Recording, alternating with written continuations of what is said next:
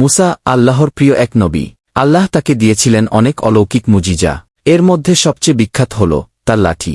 একদিন তুর পাহাড়ে আল্লাহ মুসাকে প্রশ্ন করলেন, হে মুসা, তোমার ডান হাতে কি আছে? মুসা বললেন, এটা আমার লাঠি। আমি এর উপর ভর দিই, ছাগলের জন্য পাতা ঝাড়ি আর নানা কাজে ব্যবহার করি গি। তখন আল্লাহ বললেন, ওটা মাটিতে ফেলে দাও। মুসা লাঠি ফেলে দিতেই তা সঙ্গে সঙ্গে এক বিশাল সাপে পরিণত হল।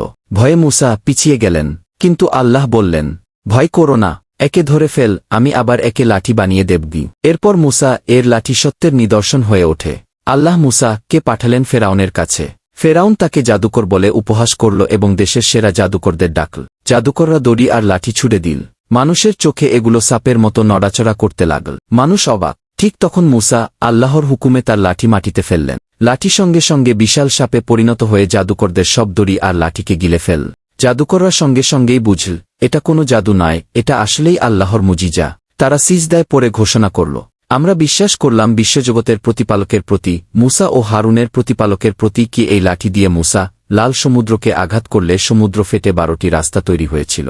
আবার যখন পিপাসিত বনি ইসরায়েল পানি চাইল, মুসা পাথরে আঘাত করলেন লাঠি দিয়ে, আর সঙ্গে সঙ্গে 12টি ঝরনা বের হয়ে গেল। প্রিয় দর্শক, হরত মুসা এর লাঠি কোনো সাধারণ লাঠি ছিল না, কিন্তু এর শক্তি লাঠির ভেতরে ছিল না, ছিল আল্লাহর হুকুমে।